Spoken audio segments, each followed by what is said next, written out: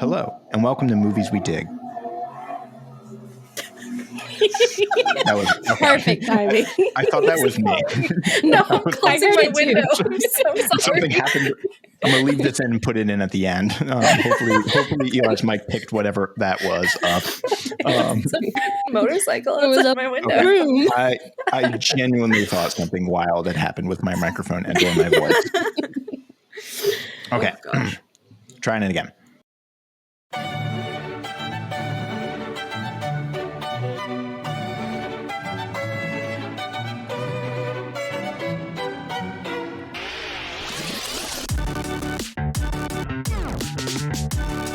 Hello, and welcome to Movies We Dig, the podcast about film, antiquity, and everything in between. I'm Colin McCormick. I'm Elijah Fleming. And I'm Christy Vogler. And today is a bittersweet episode as we cover the final season of Blood of Zeus, the American animated fantasy action series created and written by Charley and Vlas Parlapanides for Netflix, which debuted nearly 5 years ago in 2020. And there is no way we could talk about this show's finale without inviting back our friend and colleague, Zoé Thomas. Welcome back, Zoe. Hi, thank you for having me back. I'm so excited. Yeah, it's great. Oh, this is like, well, knew this was coming down the pipe, and we're like, let's get Zoe on the line because it is tradition, and we are nothing if not rooted in tradition.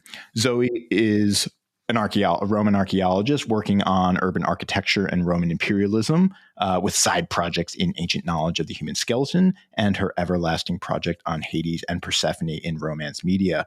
And good, exciting news, she will also be a visiting professor at Millsaps College starting in the fall. So if you are enrolling in that college, take one of her courses. Do you know what you're teaching yet?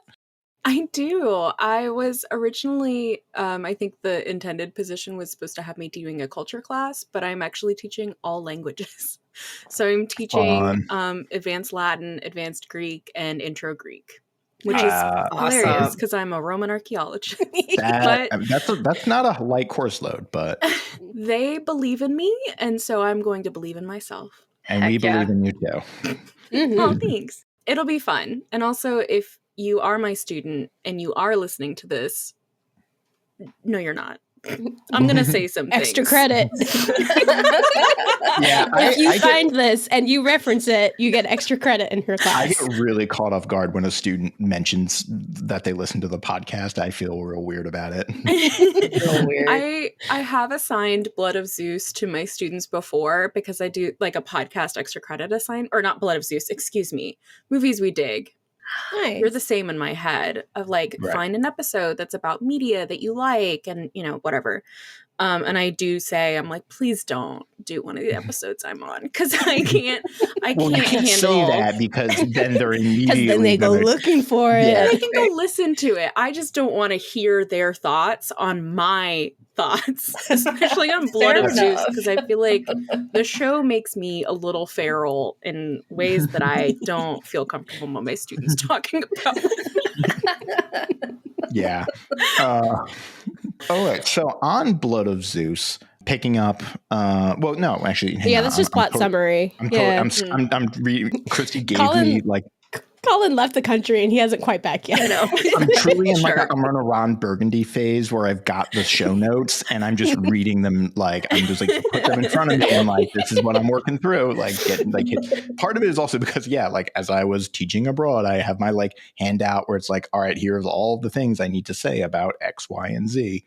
And looking over, because my co-teacher was an archaeologist, and as I'm like saying things about art and architecture, like constantly looking over my shoulder to be like, was that right? And then looking for the nod and then continuing. Yeah, that's plot summary for later. Yeah, we'll do that later. So starting with our guest, we're talking before the show, and there are sort of meta textual considerations to think about. But on the average, Zoe, did you dig season 3 of Blood of Zeus?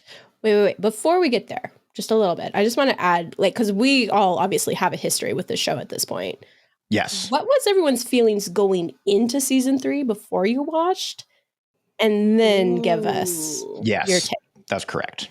I'm gonna, as we know from my comments on season 2, wasn't like super thrilled with the Demeter Persephone Hades plotline, and I'm not going to restate for all the reasons that I wasn't. So I was sort of cautiously watching it. I wasn't expecting to like it as much as I did. And I was texting Eli. I was like, why am I crying? It's like episode 2. I'm so sad. I'm like, girl, it gets sadder. There's going to be so much more. And so I think at the end of it, I enjoyed it a lot more than I was actually expecting to. And I do dig season 3 of Blood of Zeus. Nice. Eli, what about you, since you were on the other end of that text chain? I know. Well, I'm also, I feel like, on the other end of just enjoying animation. As we all know, Eli doesn't like animation. That's a known fact. I know. Frickin' Sisyphus rock we've been pushing up a hill since this show started. It's like so hard. Eli's eternal battle with animated media, and like it's a wall we just keep hitting again and again and again. Pretty much. So again, it's not my thing, and that's totally fine. I really enjoyed pieces of this season. I think it had some interesting aspects that I thought was really fun that I know that we'll get into. I was surprised at how rushed it felt, because I think the first 2 seasons were able to really take their time, especially I'm thinking back to season 1 and like, just the time that they were able to take with the story and kind of the drama and the weight that everything had. And so I was sad that all of the very like dramatic and sad things that were happening in this season didn't quite have that weight to them. And as we will say numerous times, I'm sure, Netflix for sort of forcing the creators to really condense their story and change the final vision of their art that they had created. But I think, and we'll obviously get into it, there are parts that I liked, but overall it's not my bag. It's not my bag. Everyone knows this. I will crawl into a hole and die. I mean, I think that was as diplomatic as a response as one could hope for. Yeah. I will say, because I've also, like, I had a chance to talk to the brothers before the things came out, because they were working really hard to promote the final season. They were doing a lot of stuff for their audience and working with them to get a good word out, and like that got reflected in like the Rotten Tomato scores and things like that. So like they have a great fan base that have done a lot to support the show, and I really appreciate that, because like they want to create more, they want to do more with these stories, and I want that to happen for them. Because yes, echoing Elijah, Netflix for this, for chaos, for so many things that you are robbing us of. You. But anyway, so I was already like, actually, I think season 2 I was super excited for. I was watching it the day it got released and everything. And then this time around, it's like, I don't know. I have such mixed feelings. I know how rushed it probably is. Like they were already up front saying like there were so many storylines that just hit the cutting room floor because they had to. Like they couldn't even get 2 extra episodes or something out of this season. So like 3 seasons put into one single final season. And that's why I had a pretty strong feeling it was going to be rushed. That being said, like Elijah, there were things I still liked. Like there are certain characters' endings that I really enjoyed. There were things that I thought worked well. I think they also really did a good job setting up for a Medusa series. They did. If they get that to happen, which I hope they do. Yeah, I had a question about that, but now you're activating memories. We'll get to it for sure. Okay. So like, there's definitely like, it was a valiant effort for like what limitations were put on the creators. But I think going in fearing I was going to be like not satisfied. And I think that's how I left too, is like, I wasn't fully satisfied with the end result because not everyone's stories felt complete. Some of the themes, like every season before this, like had really well thought out themes. And then this one felt like a few got mashed together really quickly and not fully unpacked. So that's kind of as Zeus does. He doesn't give us a bag of good. He gives us a mixed bag and a bag of bad. So that's what we're dealing with today. Yeah. Yeah, I'm similarly, I think, kind of mixed. Like I knew going in, I mean, the part of it is I had a hard time kind of coming at this fresh. One, because it's season 3. 2, because discussing intermediate, we had just most recently discussed like Lore Olympus. That episode is still yet to come out. So I have like our discussion about that depiction of Hades Persephone like circling in my brain, and I'm trying to sort of reconcile and remember what's going on with this version. And Zoe has thoughts. I'm losing it. Yeah. And the meta knowledge that this was sort of this was like another case. I'm reminded of like Owl House or another, or many sort of situations where like the creators sort of get a lot less runway to land the plane. And so, you know, it's a bit of a bumpy landing because you've got like, you know, 2 seasons left of track. Or even we talked about Rome season 2 with HBO that had a similar thing where like that second season definitely feels a little weaker compared to the first season, for all of those reasons. So yeah, all of the things all of you have listed about why this might be a bit of maybe a weaker entry, but there are some parts that stuck in my craw a little bit, but some parts I also kind of genuinely liked. I liked Kronos, and I realized the reason I liked Kronos was because it was Alfred Molina. Yes. AKA the guy at the beginning of Indiana Jones who gets killed in the trap. And also Doc. Yeah. I was deliberately being the like, yes, Dr. Octopus. Don't date yourself that much, Colin. Come on. I was going for the hipster response, or like, did you know he's that guy in the beginning of Indiana Jones? Truly was. Right. I agree. I think he was one of my favorite parts. He had like that, his voice for Kronos was so like creepy and commanding and scary. That was one of my favorite parts. Absolutely.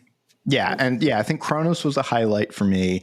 And my other general takeaway was it felt like, to again bring in a pretentious comparison, Plato's chariot with 2 horses, and there's 2 horses kind of pulling you in different directions. And I feel like there's a bit of that going on where there is, sometimes it felt like the show was much more interested in the gods and the interfamily drama going on with the gods and Zeus and Hera and Hades and Demeter and everybody and how they're all mixing.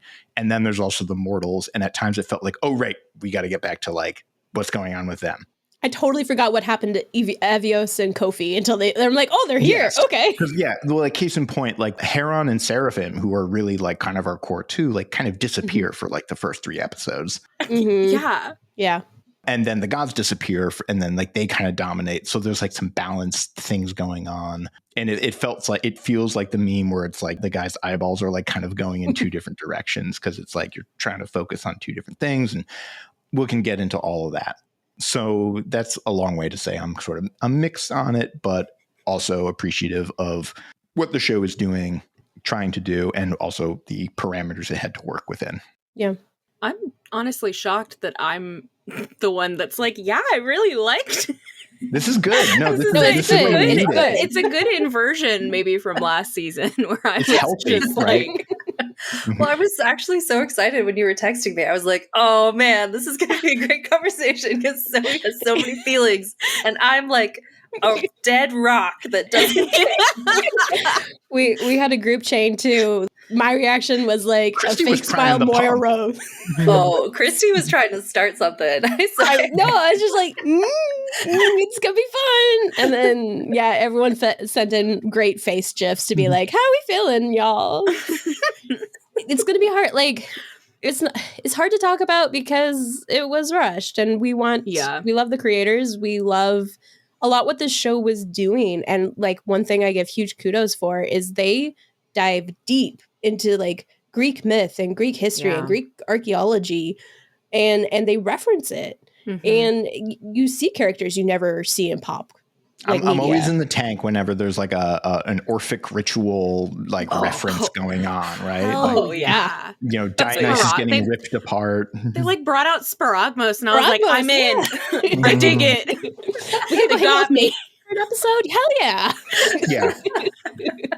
I think it's hard because it's hard because, as you've all said, like we have such a history with the show, and you can see the heart in season 3 and everything that they're trying to do, and that's it's so hard to see it not bloom in the way that you know it could, you know? Mm-hmm. Yeah. Yeah. That being said, I feel like I want to get my one.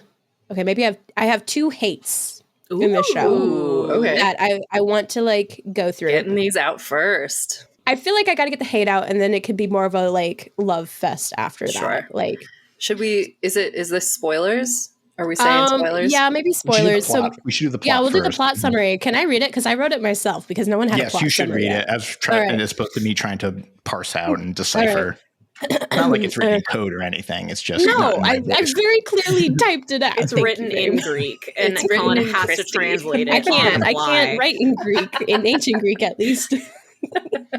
All right, so plot summary, spoilers. Actually, my summary isn't spoilers, but from here on out, expect spoilers, I guess. So, picking up right where season 2 left off, Gaia decides the Olympians need a good scolding after all their petty infighting. This leads to her unleashing Typhon and later her son Kronos to instill primordial order. The brothers Heron and Seraphim must band together to bring the whole show to a quick conclusion, and not everyone will survive until the end. Who lives, who dies, and who gets thrown into the abyss. Season 3 in a nutshell. The way my head immediately went, who lives, who dies, who tells your story. Hamilton. Just started singing. Yeah, a little borrowing from that, admittedly. But there was an abyss to talk about. And anyway. So, okay, my two loathes, I'll call them loathes, not necessarily hates. I loathe episode 6 as just a thing in general, which is the Tower of the Winds and has Potnia. Oh, yeah. So we'll talk about that.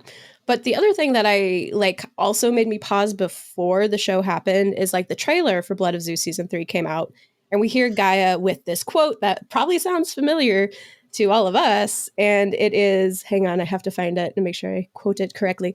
Hard times create worthy gods who foster peace and prosperity, but that prosperity fosters weak gods who then create hard times. And if that sounds familiar, that's because you've probably seen it on a meme juxtaposed with a Renaissance paintings of Rome. Yeah. Oh, I was going to say a picture of some Marines or something. That too. Yeah. It's kind of an alt-right calling card now. Right. And it was a little disconcerting to have Gaia. I associate it with your boomer uncle on Facebook or something. Yeah. Well, I dived into it a little bit more, and I'm going to be as fair in this presentation as possible. The quote is attributed to a guy named G. Michael Hopf, who is an author, and he's also a combat veteran that served in the Marine Corps. And on his biography page, he has a big background, very involved in the military. I think that kind of reflects this mindset. His biography mentions that his works captured the imaginations of readers who are drawn to speculative and survivalist narratives. And that probably says all it needs to say in regards to this quote, because that kind of makes sense of this idea of hard times make for tough guys. Easy times make for soft guys. It's kind of... Yeah. I don't... So to play advocate a little bit. Yeah, go for it. This is the sentiment, at least the idea that has a pretty long pedigree. If you go back to Herodotus book 9, there's a part where Cyrus, the king of the Persians, is talking to some advisor about whether or not the Persians should move into the lands they conquer and settle down and get rich and fat and things like that. And then Cyrus basically makes this, I pulled the quote out, but it's the sort of highlight is Cyrus says, soft lands breed soft men, wondrous fruits of the earth and valiant warriors grow not from the same soil. And therefore he makes this case that these kinds of indulgences and luxuries soften you up, and then the next group of hardened people come through and conquer you. And this is an idea that gets kind of, rolled around. The Romans are I don't want to open this bottle, but they're obsessed with these ideas of indulgences or wealth or things that corrupt or enervate or something like that. Peace and prosperity makes for laziness and indulgence, and then the people that grow up and have it rough can come in and just take all your shit. And then so the Romans are also like thinking about themselves, and they're thinking about, people like the Germans or the Gauls or the Greeks or whoever. Yeah. And so like we can sort of debate whether this is a platitude or not, which I kind of think it is, but at least like the idea has some. Yeah, it's been around. Yeah. I think there was another John Adams quote that was kind of similar in nature. I forget what it was exactly. Mm-hmm. And I think why there are people why I have some frustration with this quote is that it fails to acknowledge that rarely in human history has peace and prosperity been equitably shared in any society structured with hierarchical systems, right? Like, louder for the people in the back. Your prosperity comes from the exploitation of other people. Yeah. Just saying. And so what it does highlight is kind of like a cyclical nature of events that we seem to see happening. Yes. Again, from the perspective of people in power with privilege, because they're the ones writing a lot of the time. And I think on the other side of it, the positive is like, it's true that adversity helps form communities of resistance, right? But those communities are created through marginalization and exclusion or exploitation of those in power. And I think people can form communities without adversity being an aspect of that. This is like forcing the need for community instead of finding ways to generate community that is just good for everyone. Mm-hmm. I don't know. And go ahead, Colin. I was going to say, like, part of also why this is one of the things that also stuck in my craw a little bit about. One is it's like, this is clearly like some like Facebook quote that's kind of like working its way into the show, but also in the show's internal logic, it doesn't really make a lot of sense because like, it's not like it's not like Zeus and the Olympians grew up in the lap of luxury, like in the sort of internal narrative. It's like they had it rough, like whatever you think about Zeus and co. I don't think you could argue that they like didn't have it rough growing up. Mm-hmm. And so like they did come from adversity, but then they also became indulgent. And so like, what is Gaia saying? Like there needs to be constant hardship.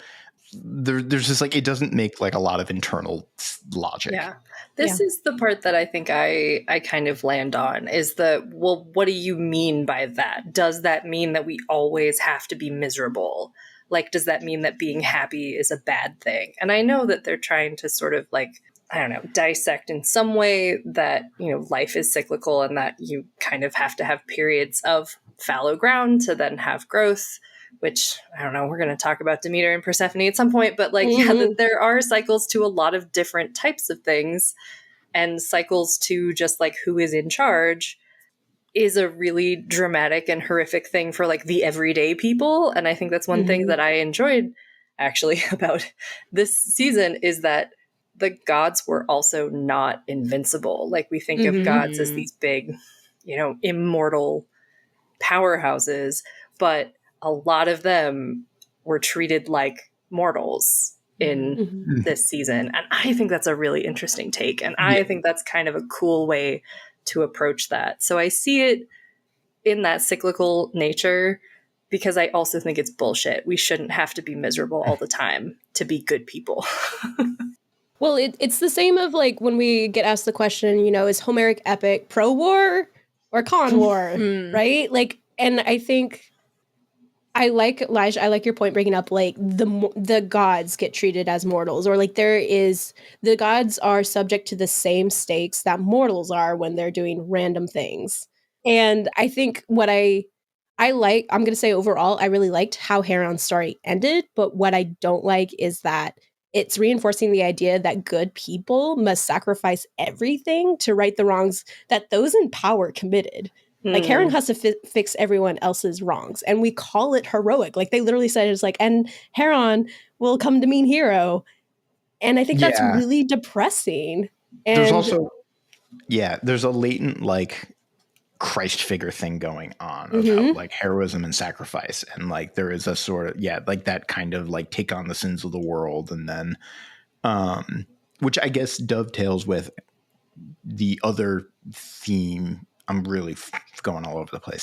So somebody stop me. But about like forgiveness. And that being like another like major concurrent theme of the show, and the need for forgiveness if we're going to ever have any kind of like growth, or if there's going to be a cessation to violence. But again, it just comes back to Eli's point about like, if everybody forgave one another, then times would be chill. Right? But then it'd be... Is that not is that the bad thing? Like, I don't...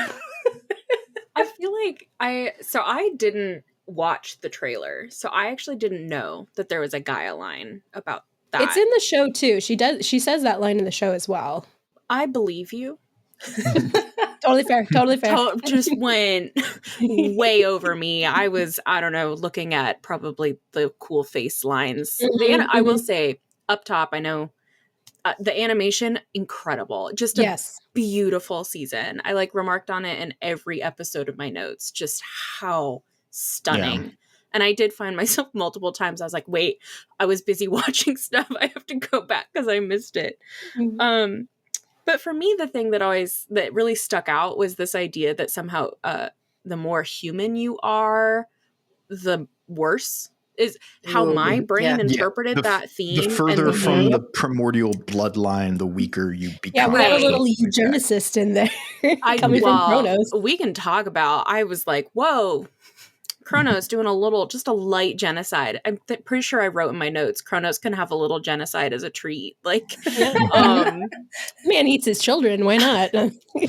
But like, I find that theme very compelling cross media in general. Mm-hmm. And it was I thought that's what they were going to try and do. And I think it sort of is tied in with that concept of forgiveness and how important forgiveness is. But it kind of got jarring to me because I thought that that's how they were going to go with it. And then we do get this like, oh no, it's actually that you had it too good. Mm-hmm. And so I was actually disappointed to see that thread get lost. In my opinion, it felt like it got lost along the way. Yeah. And maybe sort of subsumed into this concept of forgiveness. But I don't know, it felt less impactful towards the end of the season than it did at the start, where you get a much clearer dichotomy between sort of the unhumanness of Kronos and Kronos's and Gaia and like Gaia's whole thing. Yep. Which is kind of, I don't know, I've had to talk about chaos a lot in the last few months, and chaos was kind of like, they were very much going at it a different way, where like Zeus is presented as like, you have to kill the human side of you, the humanity inside of you, in order to hold power. And characters like Dionysus and the other mortals are being like, I don't want to give up my humanity. My humanity is like powerful in its own way, even if others perceive it as weakness. Right. And like, that's where I thought this was going to go. And again, I think, as I'm sure we will say multiple times, I think if the season had the space that it needed to do everything it wanted to do, we would have seen a lot more of that. Yeah. And I wonder if the whole idea, and they kind of, I'm thinking about the episode 6 in the Tower of the Winds, where it's like the sacrifices that you make for love is like the ultimate expression of humanness in some way. And I'm wondering if that was supposed to be like how that was. Feels like the thing because like it what happens with Kofi, and then with spoilers, listeners, we get grand sacrifices in the name of love, but also this idea of like love as redemption and forgiveness and all that thing. Again, sort of coming back to the Christ analogy. But so that's okay. So that brings me to loathe point number 2 that I've already introduced slightly. Because Colin, you talked about like Heron being a Christ figure, right? But like Jesus was nonviolent. He wasn't non-confrontational, but he was non-violent. And here we are. We have a random episode 6 for a side quest to get a necklace. And we are just brutally murdering people left and right who are just doing their job. I was wondering about that. Like, man, it's like sucks to be one of those guards. You get like ripped in half. But and this is knowing that Kronos has the underworld in an upheaval, and that like not only are mortal lives at stake, but their souls, like everyone's souls are at stake. Like I have another like larger question of like, when we go to the Tower of Winds, like, what are those guys? Like, are they people? Are they gods? Are they something? Because like some of them have wings and are giants. I don't know. They're like, they're demigods. Like who? So- like I don't know. So this, for me, this episode was a great example of what we usually really love about this show are these references we don't usually see in popular media to the Greek world that all of us classics nerds are like, oh, yes, more, show me. And like we hear about Potnia and I'm like, oh, awesome. I'm so excited. We get nothing about her. She is just pure evil. Mm-hmm. Literally just messing with our characters for no good reason. Like, why does she even need the necklace? We just kill her. We don't provide any context of who Potnia is within, the Greek. Like, you could even, if she's being framed as a primordial goddess, you could have set up like, oh, she's an ally of Kronos, so she is working to thwart them on behalf of Kronos. Like, there was no setup. I was so frustrated, y'all. I hated that episode. Yeah. And I guess I agree with everything you said. I'm not going to repeat it. I don't need to. Yeah. And like I said, that was my two hates. That was it. That was it. Yeah.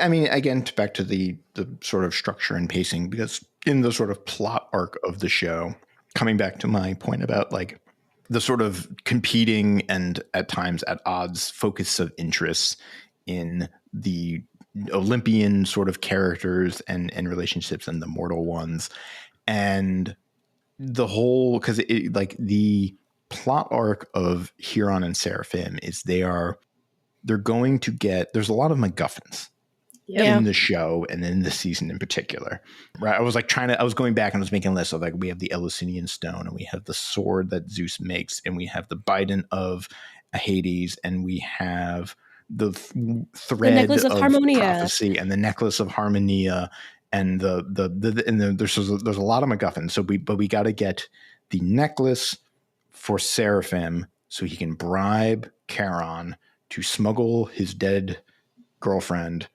to be judged and then go to Elysium. And then if she is in Elysium, then she is immune and apart from whatever Kronos is doing. And like, that is a long walk. And that is also all prior to and independent of the final conflict. So like the final actual like Heron and Seraphim teaming up with the Olympians, figuring out how to defeat Kronos, that all happens in like 2 episodes or less. And Heron and Seraphim don't themselves, like their plot line doesn't really start until like, I want to say season episode 3 or 4. Yeah. And so, and like in the scheme, like if you take a step back and like having 2 episodes of them trying to get a necklace is not an extreme thing. But when it's 8 episodes trying to wrap them. Right. Yep. Well, and it felt, I mean, the Potnia thing, it felt like it could have been happening over the entire season.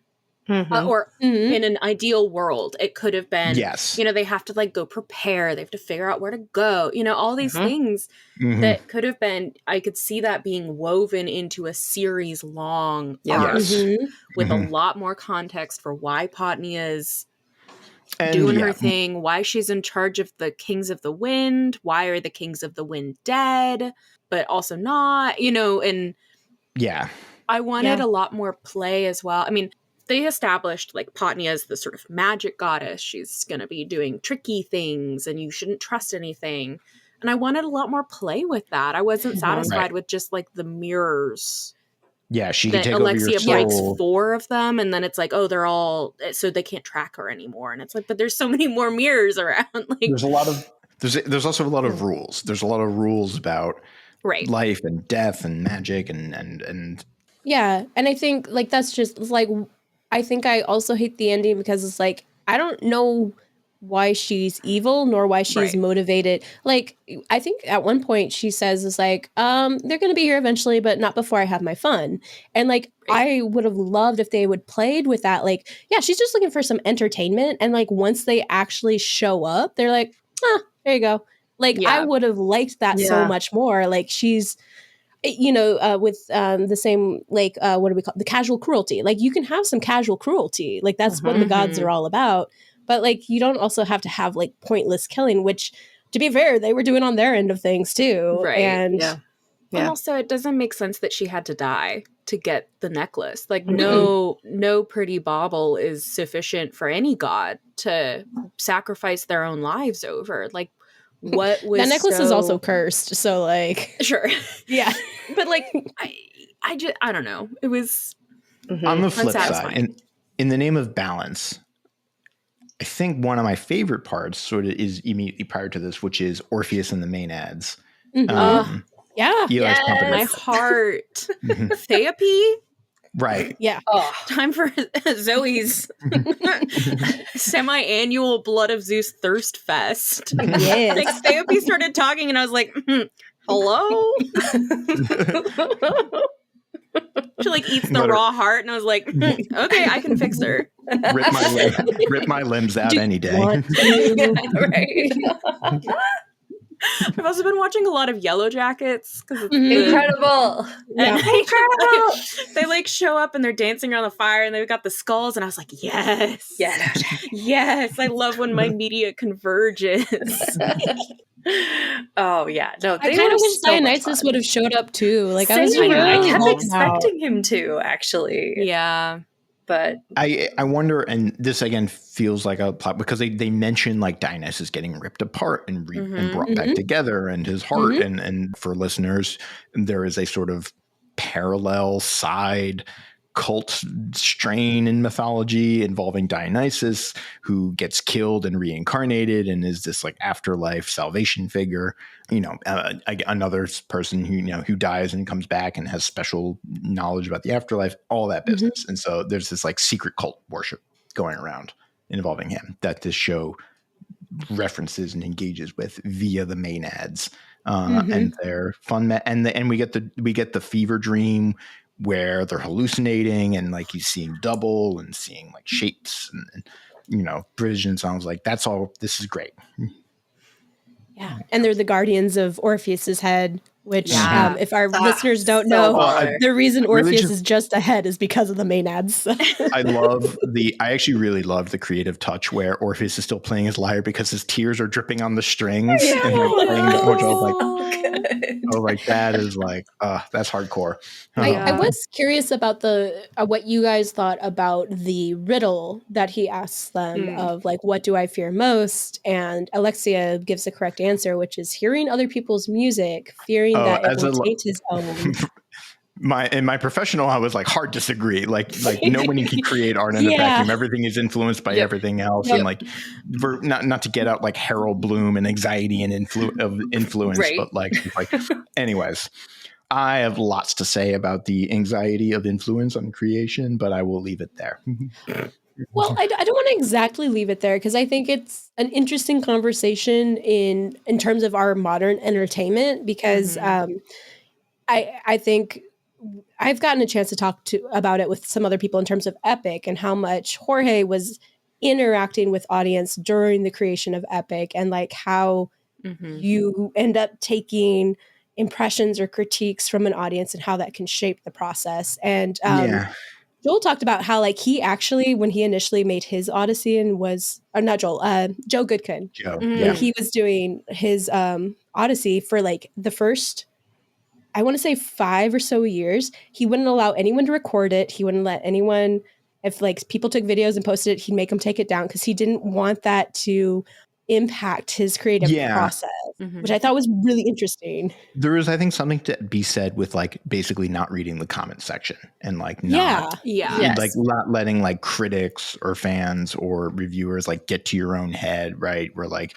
I think like you don't want to read your own reviews, which is like completely makes sense. Yeah, but that's I think different, than creating art in a vacuum and not being a part of a broader community. It's like so antithetical to the creation of music in particular. Yes. So I have a background in music. I played the clarinet for over a decade in various capacities. And I am nowhere near at all Orpheus. That's not, don't smite me. I'm not claiming that. But a huge part of that is of my experience in music and performing and learning and things like that, it's just you have to have other people. And this is somewhat relevant, but I don't know if any of you have seen Sinners, which is deeply concerned. Not yet, but I want to. Very much recommend. Highly recommend. But it's concerned with like music and like looking back and forwards through time in terms of like origins of music, particularly like with like a special focus on the blues, but like the origins like in sort of like enslaved people, but also West Africa and folk music, but then also how that intersects with like folk music in the United States or in Ireland and all of these different, and then like looking forward ahead to like rock and funk and hip hop and all of these other genres. And like, these are all tendril, you know, they're all connected genre. And like, this is the thing that fascinates me personally and professionally, of like the way genres and media like interact with one another and intersect and inform, and like the tricky balance, that anxiety of influence I keep referencing, is like the fear of like, I don't want to just be replicating the things that I'm hearing. Yeah. And how do I innovate on that, or add something new, or depart from it, or reject it? And all of these calculations and negotiations that happen in creative spaces. The idea that art is like produced from some kind of like internal genius. Yeah, which is kind of what Orpheus was given vibes on, of like, I mean, to be fair, the man escaped the underworld with just his song. So like, I guess he is the be all end all as far as we're aware. But like, as we're talking about it, I'm thinking now about to like what he said, what his head said in the cave. He said something like being willing to sacrifice everything for your art. And so we're really setting up for this like huge final sacrifice of everything that we see a few more times before the very end. Yeah. And I don't like that, actually. So much emphasis in this season in particular on individualism. Yes. Yep. Rugged individualism. The, you know, American ideal, put yourself up by your bootstraps. Like, you shouldn't need anyone else to support you as you're trying to do this. And the flip side of that being that you can save the world by killing yourself, essentially, by turning yourself into an electric ball and crackling out and just disappearing with the head of the... But your friends are helping in the background. Right. And sorry, I know you have something to say, but... Well, no. But like to sort of we're jumping all over the place. So listeners, if you haven't already seen the show, it's only 8 episodes. Watch the whole thing. It's worth it. This conversation will make more sense. But the quote that like stuck in my craw, whereas like Christy, that one that stuck in you, was the one at the end where about the like 100 warriors and 90 of them are this and 10 of them are this and things like that, which I went down a rabbit hole again, because I think like it doesn't necessarily make a whole lot of sense in the context of what's happening. It's been used in the show before, hasn't it? It sounded familiar. Yeah, it sounded familiar to me as well. It sounded familiar in the sense that I think I've seen it in various media, and like I did a little bit of tracking down. So if you Google it on the internet, it will come up with an AI response. You'll get Heraclitus, who is like attributed to that. Okay. Yeah, and Zoe's making a face, which is the exact same face that I made. I'm gonna need more wine for this, BRB. Admittedly, I did a minimal amount of internet researching, so I am part of the problem. But with a minimal amount of internet researching, I found out that the first attestation of that to Heraclitus was in 2003, with like one of those internet quotes. There like maybe is some loose stuff in Heraclitus. The first sort of clearest. There's like a play. Anyways, it's a thoroughly modern sort of sentiment and quote and thing. But it also, I don't even remember what the larger point I was getting to about it, other than it just individualism. Rugged individualism. Thank you. Rugged individualism. This one warrior is going to save us all, which I guess is inherent. Like, the thing is, it doesn't even internally make like a whole bunch of sense in the narrative, because it's not like the other gods weren't like ride or die in that moment. Yeah. Well, and I think that's what is interesting is like, I like this season because it's very much speaking to the moment we find ourselves in. Like it's going to be kind of a time capsule, really, because there is this huge struggle that young men are having about like what is their place in society that they're trying to imagine for themselves. And like a lot of that is tied to rugged individualism. A lot of it is tied to physicality, being strong, being courageous, being straight. Being straight. And also just like, but like, what is the outlet for that? Like, how often do you go out and physically save someone by fighting? And like, there's so many, like even we as archaeologists joke that it's like, well, I'm here for the humanities and to punch Nazis, but they're cutting the humanities. So we're talking about punching Nazis. I'm like, I can't punch anyone. It won't go well for me. Thumb outside the fist. Yes, I do know that. I learned that in kickboxing with like. Okay, you can punch Nazis. You know what? I'm going to go with Sandra Bullock and do the sing thing because I think that would be more effective on my end of things. Yes, sure. Like it. So I think why it was a little off-putting seeing this is because I also recently saw The Thunderbolts. Have you guys had a chance to see that movie yet? I have. What I love about it is that their big bad is a guy who is mentally fighting with himself. And the big fight at the end is he is trying to physically beat up the darkness inside himself. And it's making things worse. It's not working. And the whole Thunderbolts crew and all of their problematic histories and dealing with depression and things themselves, they rally and just hug him. And that's what ends the fight, is that it's actually this community supporting you to both confront but manage your darkness, not try to beat it into oblivion. And like, that was so powerful. It was such a good message. It was such a good Marvel movie in a long time, y'all, so you should go see it. I think I get tired of these, like this is, a story that's very familiar to me that like, yeah, we do like to commemorate people for their heroic sacrifices for the good of others. I'm really tired of people having to sacrifice themselves for a little bit of goodness in this world. Like, there's got to be a better way. And we have to start imagining better ways and seeing it in our media, in the stories we tell about ourselves. Well, and it's just not.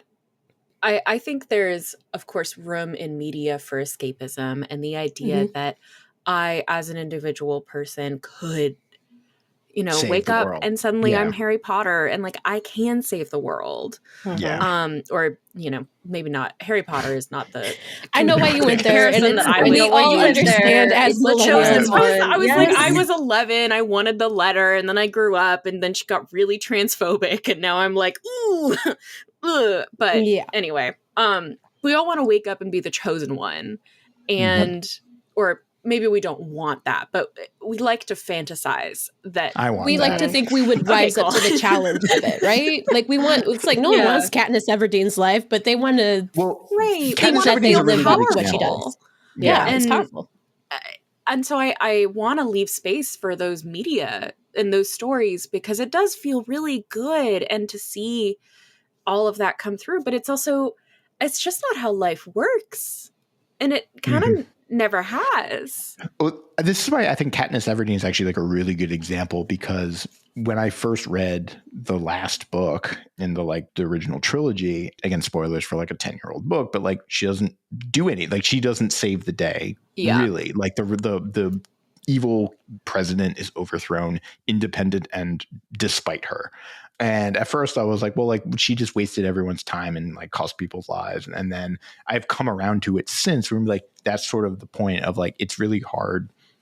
It's that book in particular, I think, is trying to do something very interesting where you have a chosen one narrative, but like Zoe said, in real life, big societal systemic changes don't happen because of like one chosen one figure. We maybe re-narrativize the past to make it seem like that's how it was, which is a whole other issue. But like these are like wide, systemic, communal, collective movements that overthrow regimes and change systems of power and things like that. And like one of the things I think is interesting about the Hunger Games is like it's grappling with that sort of, right, how do you be a chosen one in like a revolution that like the chosen one's not going to save the revolution. No. But part of this is just I'm, actively finishing my dissertation on the topic of like community resistance in the face of imperialism. But something I've been thinking about so much recently is how humans are social animals. We just are. We are not meant to be individualist. We're not meant to be out on our own, surviving on our own. And it is a fantasy. And I wish that we had gotten more time with the crew. Even if Heron, even if you do want, the whole narrative sort of leads to Heron sacrificing himself. And I don't necessarily have inherently anything wrong with that. It's fine. I wasn't like sad that he missed his life with Alexia because I was like, that's a lesbian if I've ever seen one. She said she wasn't gonna do it. So fuck. I actually really appreciated how they handled the romance. So like she said, it would never work. I wouldn't do it. Yeah, right. And he was like, finally, I was like, oh, Heron, a little bit of character for you. He was like, I wouldn't ask you to, and I was like, good boy, good job. And I don't know. I feel like we could have gotten so much more community building in this whole season that was so much about how much communities had failed. Yeah. And we never really got a conclusion to that. And so much of what Hera keeps saying toward the second half is we all need to work together. It's like we all need to stand up together. We all need to do this as a community before one of them goes off and does it. But I also think that's such a great point because some of my favorite parts of this season were like the two scenes where Heron and Seraphim fight together. Yes. Earlier on when they're fighting the Typhon and like he's hitting the lightning and he's directing it with the whatever. That was so cool. The sword goes into the spear. I don't want to read too much into that. And like, sure, there's a little light pegging motif. It's fine. Yeah, we're like combining our penises to make a bigger penis, but like cut that out. No, keep it. The power of double penetration. Joke laughing now. Editor, cut all that shit. No, leave it all in. Triple it. I told my students not to listen. I was reading both weapons as phallic, but I think you're right. Fine, yes, but also they were cool action scenes, and it was actually fun. Oh, get your mind out of the gutter, gosh. Listen, multiple times. I hate it when I prude Freud right. Multiple times this season, I was like, oh, I bet there's going to be great fanfic. Oh, yeah. Because there's so many scenes that there's so much room for, I think, both relationships that I personally would have liked to see more developed. But also I was like, yeah, of course, Seraphim and Heron combine their weapons because this is just AO3. And like, someone's going to write that. It's not going to be me because I have a dissertation to write, but I thought you were going to say because I've been banned. Not yet. Well, and I will say that, like, in terms of a satisfying ending, I actually like, even though I'm talking about, like, I don't necessarily like the concept of or like this giant sacrifice to right the wrongs of everyone else that I'm not necessarily a fan of.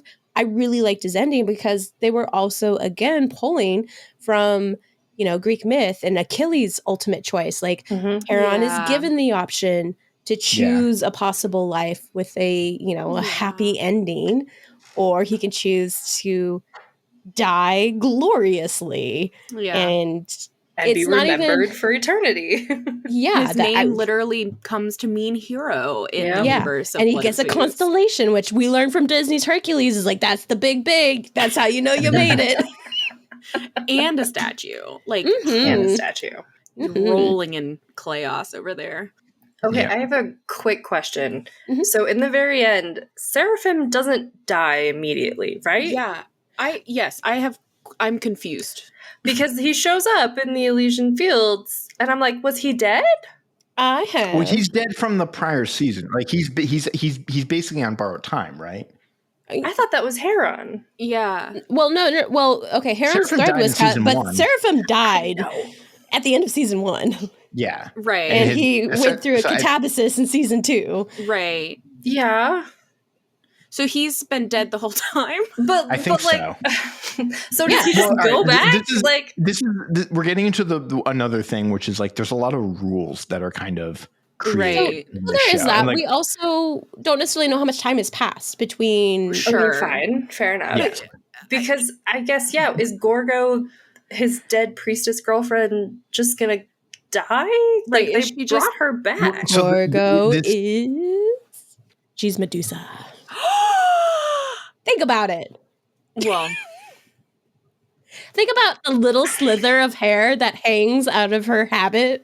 Do we need to bleep things out? Okay, no, this is me theorizing. This is me theorizing. Okay, I thought this was. I have no confirmation. This isn't Christy being like, I've got that hookup with the Parlapanides bros. That's what I thought. No, I thought you were trading insider secrets. This is pure theorizing on my end.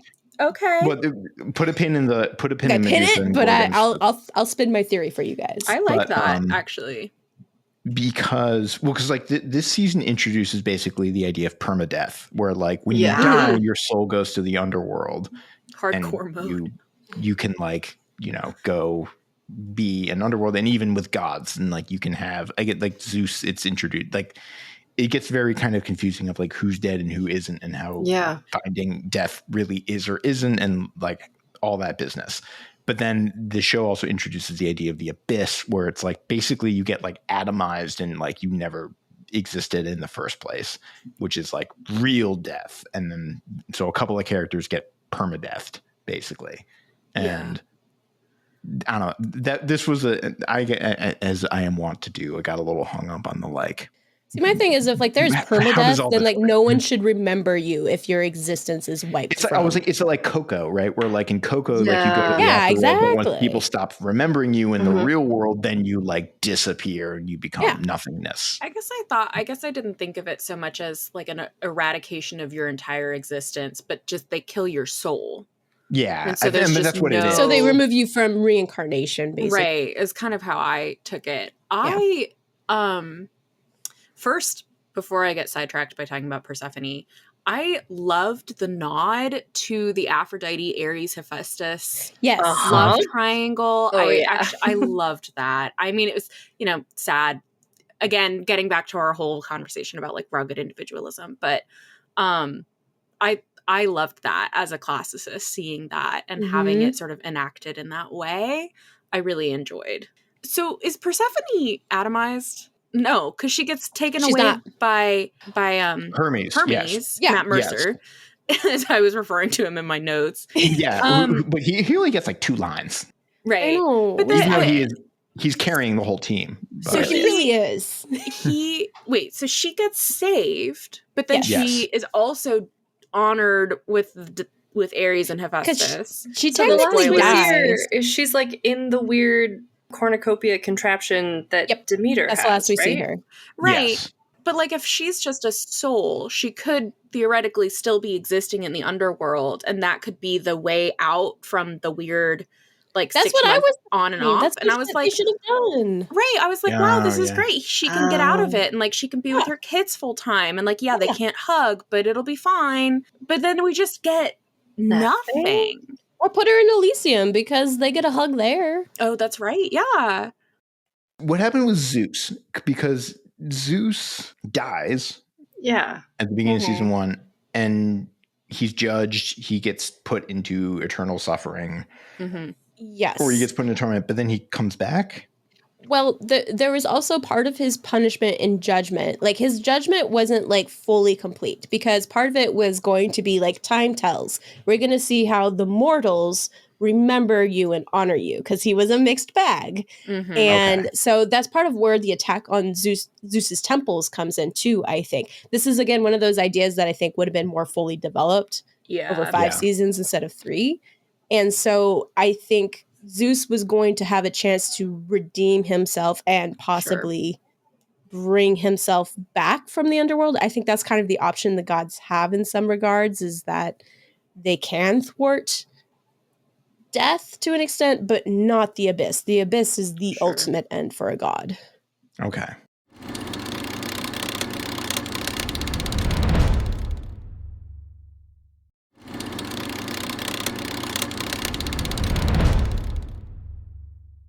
We also got to talk about what must have been the most awkward post-relationship dissection between Hera and Zeus in that cave in the underworld. I was just like, I can't. No. They're both just sort of like, oh yeah, no, I forgive you. And I was like, there's so much more that needs to be said. And she goes and finds Heron's mom in the Elysian fields, and she's like, what does he see in you? I was like, I needed like a reality TV show version of that whole thing. 100%. I feel like Chaos and Lore Olympus kind of helped inform and fill in gaps for me for that story that isn't necessarily present. Because thing I liked about Lore Olympus is the part of the reason Zeus is such a bad leader is because he doesn't actually understand what the other Olympians suffered under Kronos, right? He just can't sympathize. Exactly. He got raised by a bunch of nymphs on Crete. It sounds great, frankly. And so I liked that approach to Zeus. Like, he's kind of a terrible leader because he doesn't have the empathy for like the pain experienced by his brothers and sisters. So I like that take. And then Chaos is also just like, well, she's married to Zeus, but only because he is king of the gods, and she gets to wield some sort of power through him. And I think she makes a comment to Poseidon. It's like, man, if I was king of the gods, you'd be married to me. And she's like, oh, honey, if you were king of the gods, I'd be doing this with him. So like, I liked that mentality too, where it's like, this is a relationship, not about love. And that this Hera could kind of understand that, like, she as a queen to Zeus's king has an important role, but Zeus craving something more human, more emotional is something she couldn't provide. Right. And that's one of the things I have in my notes from that postmortem is, first I said I was going to say Zeus has nothing to forgive Hera. She's perfect. Yeah. Which is like, let's just pretend season 1 didn't happen, which I'm pretty sure in that episode I'm also like, Hera did nothing wrong. She's perfect. But, one of the things that Heron's mom says is like, oh, well, you were just advising him all the time and you weren't really dealing with him as a man. And I was like, that's her job. Like, her whole thing is that she is the co-ruler of a whole world.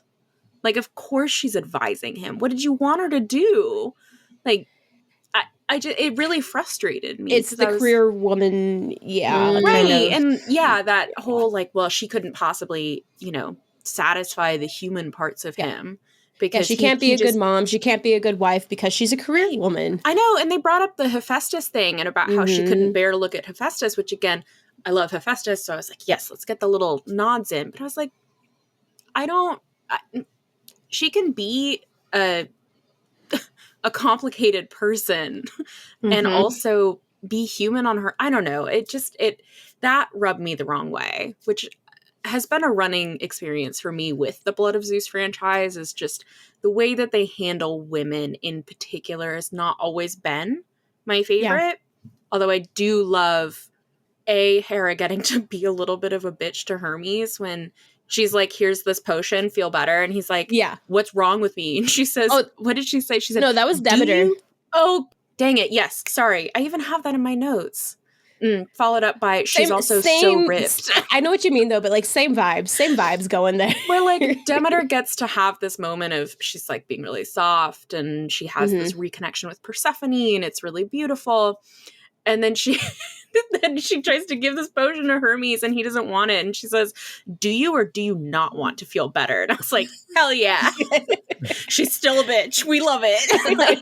It's just, I don't know. Anyway, which is all to say, I have complicated feelings about women in the show. Yeah. I agree. I think that's kind of what I started teasing out. Like, that was kind of where Potnia was leaving me for some things. I was just like, you can have an evil woman, but like, give her some motivation at least. Like, come on. Right. So unplugging the pin. Yes. The very brief sequence where we see the Gorgon. Yes. Which to me seemed like a setup for something else, or an idea that got buried somewhere else. Gorgon rights. Gorgon rights. Okay. So lots of cool things setting, like I was really excited because again, I was keeping in the back of my mind that Blood of Medusa may happen if, you know, season 3 and the series as a whole gets all the hype it needs. And so, really fun, interesting sequence. Like, I'm also a little nervous because Medusa's a very hard character to unpack. She just is at this point. At this point, it's like it's showing like not even Medusa, but Gorgons being aggressively attacking people, right? It's not people coming into their home, infiltrating their home and then protecting themselves. It's them going after people who are hunting them. So it's like a little more aggressive. Well, I mean, they are like, it is a defense thing because the whole point is like those guys came in to hunt her territory. And then so she's doing basically the thing from Jurassic Park 2, The Lost World, where she takes them out in the tall grass. I was going to say I loved the line of Gorgons take great pleasure in humbling prideful men. Yes. And that coming from Seraphim was very impactful to me because Seraphim is arguably one of the most proud derogatory characters of the show and has to unlearn so much of that, right? Yep. But I totally see where you're coming from, Christy, of that like anxiety of both finding a character that could be portrayed so powerfully in such a nuanced and exciting way, but not always seeing that work in the Blood of Zeus universe and in the writing. And so having just those little, it was how I felt when we got the Demeter Persephone drop on season 2. And I was like, it was an improvement over some depictions for sure. But it still had, again, that's also a very complicated, we've talked about this. It's a very complicated relationship between the three to represent and discuss. Yeah. If I'm being completely honest, I'm real burnt out on Medusa and to a lesser extent Demeter and Persephone as well. Yeah, I think because like it's supposed to be both such a so one's a romance thing, one's a feminist thing, but like feminists don't know what they want to do with her. It's a puzzle box that has no solution, and no matter which way you do it, you're always going to be left with some. Well, that's why it's fun. I think what's the problem is like her story is tragic. Like in the Greek myth, her story is tragic, and she is a victim. Yeah, and we want her to be powerful. We want her to be a lot of things.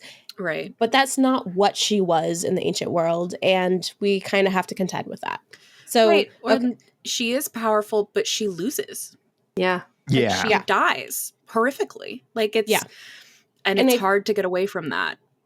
And I think like making a female character an anti-hero is still a lot more complex than having a male anti-hero. Yeah. I feel like we still have a lot of, I don't know, hiccups when it comes to representing morally gray women. I think 2 thoughts. One is like a different side thing, and the other one's my theory. Which one do you guys want to hear first? Start with the side thing, I guess. Okay. So side thing. Not too long ago, Liv did a live episode talking about Medusa, and one of her audience members like asked the question, if we think of Medusa as like the female gaze, then what is the female gaze? And I thought it was an interesting question, but I think it's difficult to think about because what we probably should be asking in terms of the ancient Gorgons and ancient Medusa is, what did men think the female gaze was? Because they're the ones telling us about Medusa. And for me, based on how it's an apotropaic device, how it's represented on temples and things like that, how we see it in the Kylix, I view the male's idea of the female gaze as shame. That look that your mom gives you when you did something you shouldn't have done. And like, imagine like you're drinking the Kylix, right? Are you drinking too much? Is mom giving you that look because you just downed an entire cup but it's of on wine? The bottom of it. It's on the bottom of the cup, and the people that look at you drink it see it, right? And there's also one both on the interior too. There's some on the inside too. Okay. Yeah. Right? Like she's just shaming everyone. Right. Yeah.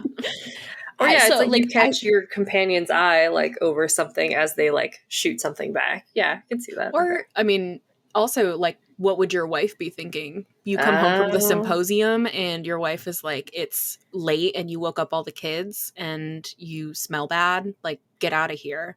Mm-hmm. Yeah.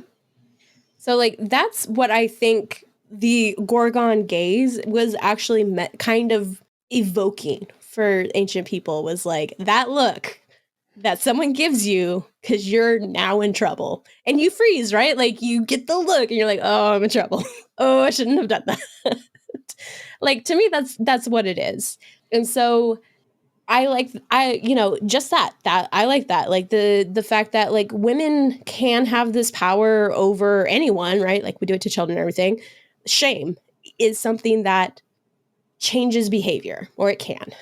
Sometimes people ignore it. And that is powerful. Like, it's been powerful for a long time. So I like that. I like that kind of how it evokes that feeling. But when you tangle that up in a story about rape and stuff, and men not feeling shame about that, that's where I think the story gets hard to, like, imagine and reimagine and evoke. So I think that we're always going to struggle with that. In terms of my theory, Gorgo, you guys, come on. But, okay, who tells Seraphim the story about the Gorgon and that they like to humble men? It's Gorgo, who has this plant with Gorgon's blood. How would she know it's there in this random waterfall cave? It's Gorgo. Gorgo goes to be judged, and apparently she did some bad shit before she became a priestess. Or it's one of her sisters. Yeah, because Gorgo was a Gorgon, right? Isn't that one of their names? Mm-hmm. I think so. The name Gorgo, like, just myth, is Gorgon. Yeah. Yeah. But maybe my brain. They have. Hang on. So Seraphim's in the underworld. Gorgo is going and, I don't know, doing something. I am also very compelled by you pointing out, like, the character design of her, just her one little, like, anime hair. That would evokes snakes so well. And I didn't see it until this season. I didn't think about it. Like, they provided a lot more context this season. So yeah, it's a low bar. Stethno, Euryale, and Medusa are the names of the 3 Gorgon sisters that we know in terms of Perseus.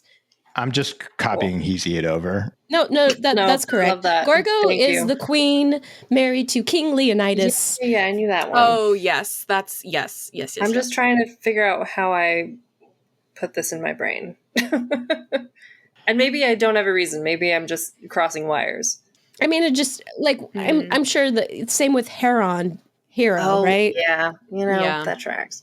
They kind of set us up that way. So, my theory is, like, we will see Gorgo again, not with Seraphim, apparently with Perseus, who knows, or a son of Poseidon, I think, is what we have been told as a possibility from the brothers. Not that it was Gorgo, but just if they do Blood of Medusa, that was kind of their idea.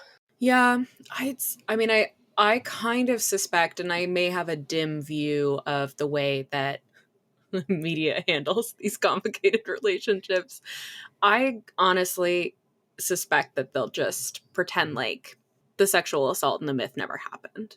And I know that that's been how romance novelists that have gone on, done a Hades and Persephone thing and then gone on and done a Medusa and Perseus thing. Yep. That's how they do it. Oh, yeah. There is Perseus, Medusa. That's like a pairing in romance. That is a pairing, novels. Apparently, that's happening in the world. That's like shipping Draco and Hermione. Well, people do that too. It's called Hermione. And I hate it. It's wrong, but we don't kink shame. but like the way that they handle it in these romance novels is just to pretend like it never happened.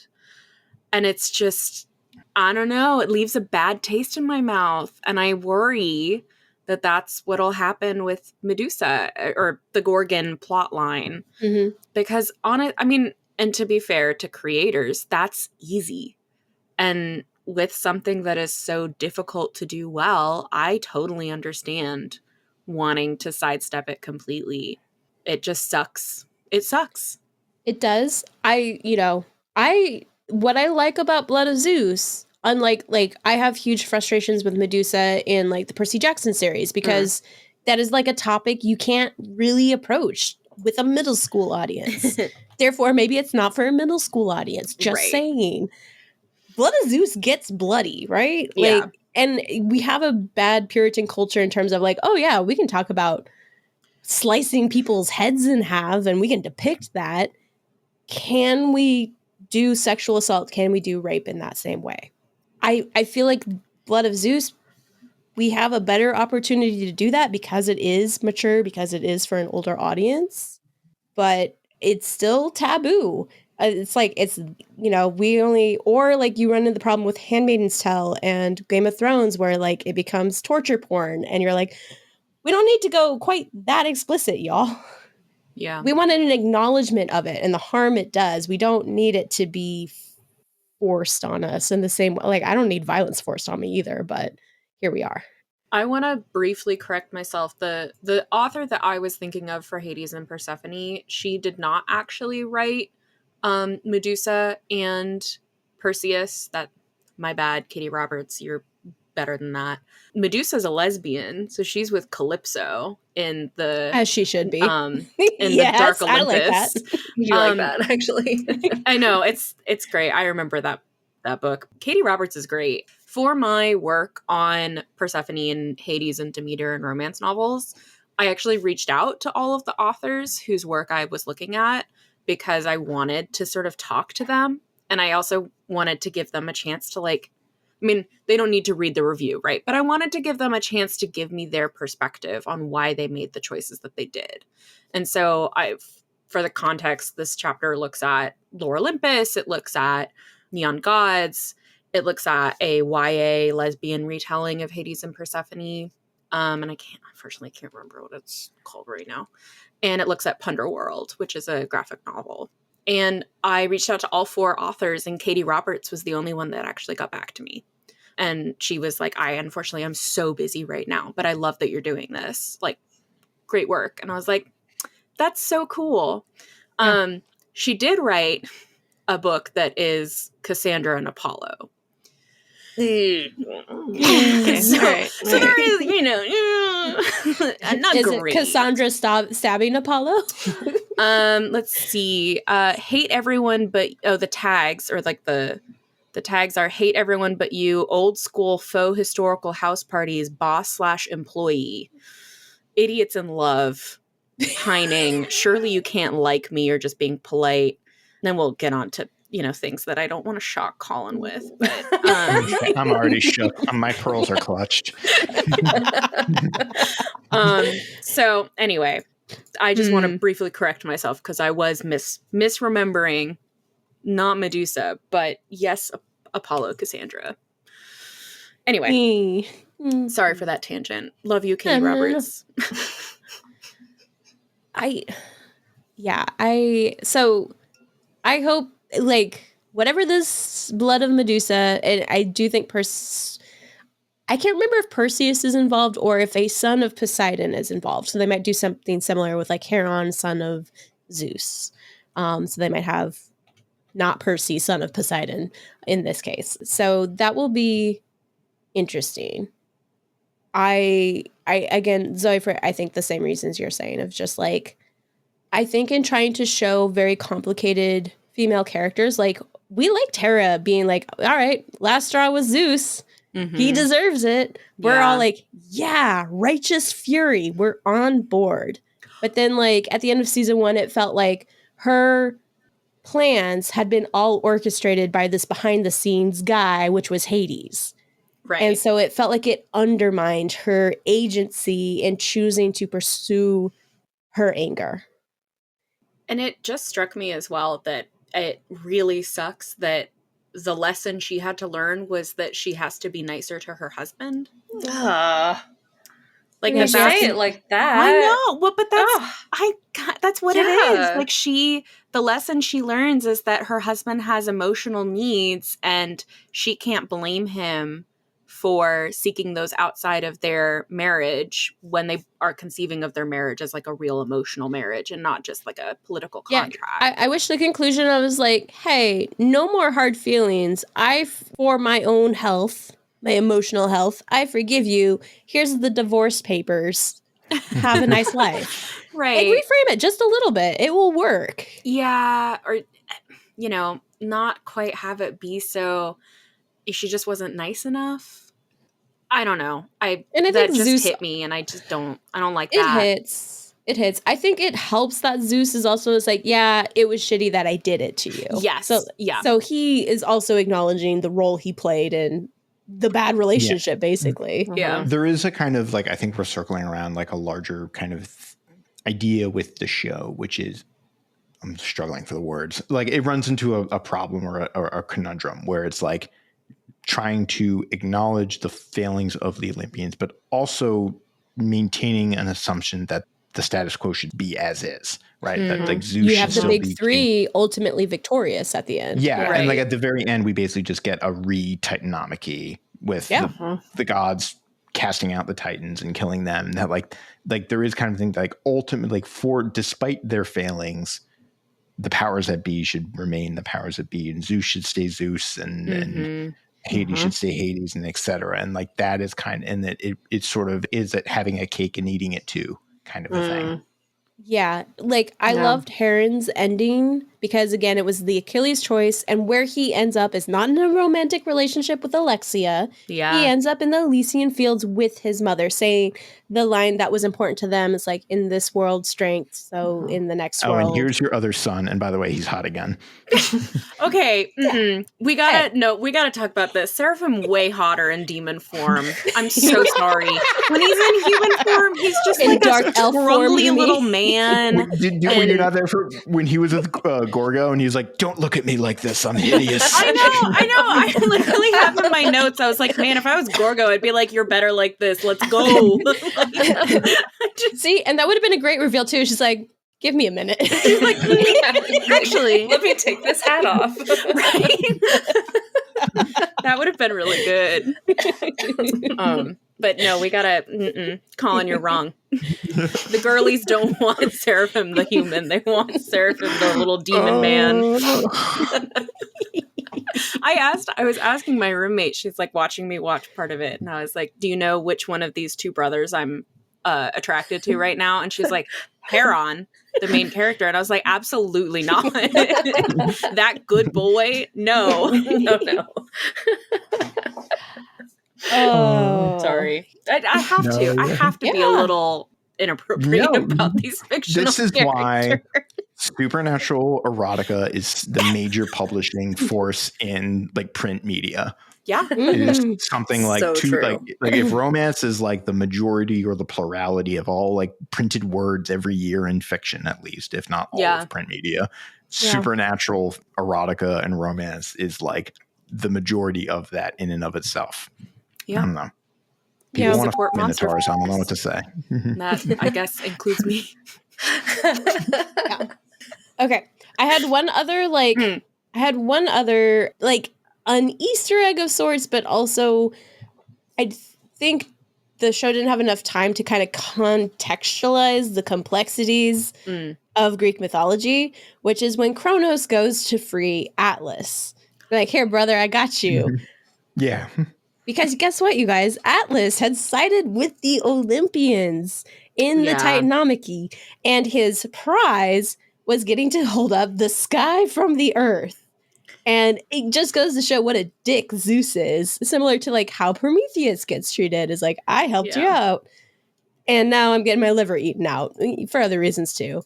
I wish you would phrase it different, but yes. No, I thought it was perfect. Why not? Let's bring some Vor into the podcast now. Exactly. Yeah.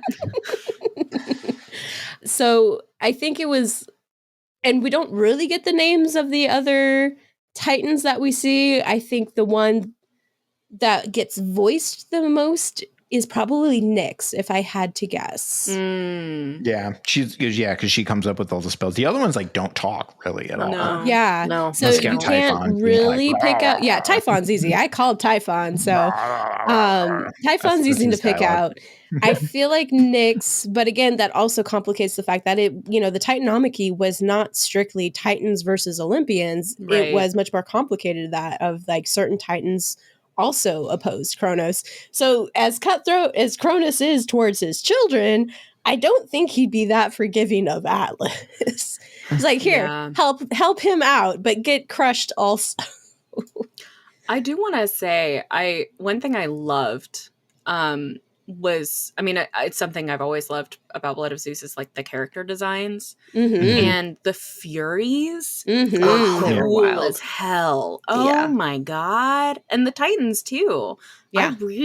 I love that they were like supersized McDonald's meals versions of the Olympians. Like the character design is always like spot on in so many ways. I really, really enjoyed that part of this season. Yeah. Karan also just being like gaga for glitter. I love it. Oh my God. And I love his like extra limbs being the oars and his body is the boat. And like, it was cool. Oh, it's so good. Yeah. And really, I honestly, a lot of the aesthetics of this season were quite scary. Yeah. To be honest. Which I liked a lot. I like media that leans into the horror of Greek myth. Yeah. Definitely. Yeah, I think that goes back to my point is like, it's really easy to get into the horror of like the violence or the things that we fear, but we're not quite ready to go to SA or anything like that. And it's like, I feel like this show could successfully do that without verging on torture porn. I think it could do a fair shake at that side of Greek myth. I feel like it would be really compelling. I mean, if we've got this theme that to be weak or to be human is to be weak and that to be weak is bad. You could also complicate that by being like, well, humans do terrible things too. And some things are not forgivable, right? There's sort of this ending of this show where it's like, well, everything everyone does is forgivable. And even with Seraphim's plot, I mean, I forget who it is, but someone's like, oh, it doesn't cancel out. Oh, it's Alexia because she's yelling at him because she's like, why are you teaming up with Seraphim? She's like, the fact that when Gorgo's judged, the judges say like your prior to, like whatever amends you made as a priestess don't cancel out whatever you did. She alludes very. I mean, she has that like to Christy's point. Who is that Titaness? I must know. I know. Passing judgment, like but like who is she? Yeah, I know. With that mark. That mark. Probably Themis, right? Is that what you said? But Themis makes sense. My guess would be Themis, the personification of justice, but that makes sense. Yeah. Oh, yeah, because she's named as a voice actress. Her voice actress is credited to Themis. Anyways, this might be corroborating Christie's theory that like Gorgo loosely and vaguely alludes to some prior life before she was a priestess. But anyways, I lost the train of thought. Other than are there unforgivable curses? And like a way to sort of handle that. Just because you're human doesn't mean you get off. Like you don't get sort of a free pass because you're human. Like there are lines that we as a society can draw vis-a-vis behavior. And also, this is asking so much of this like wonderful, bloody, incredible fantasy story that they've developed, but like that those lines can be changed, right? That we like. I think this gets back to this idea that they're reasserting the same hierarchy that they had at the end. Yeah. And like, what if the gods had gotten together and instead of just being like, here's a constellation, here's a statue, yay, we're all good. They'd been like, let's have a serious discussion about how we can change the way that we are running things to be better. Right. Like, let's establish democracy. Like, I don't know. Like, we don't Let's have Seraphim be him like, bitch, we're doing things differently now. I'm in charge. I'm having flashbacks to Game of Thrones season 8 where it's like, no, we're just gonna like the ruling families are gonna stay and Eli just made a thing. But, like, I can't. Yeah, same. It could have been so interesting to see that. That reminds me of one other line that I was going to ask you about, Zoe, and it's one that Persephone says right before Typhon crushes and kills her, which is like, you can kill me, but you can't hurt me.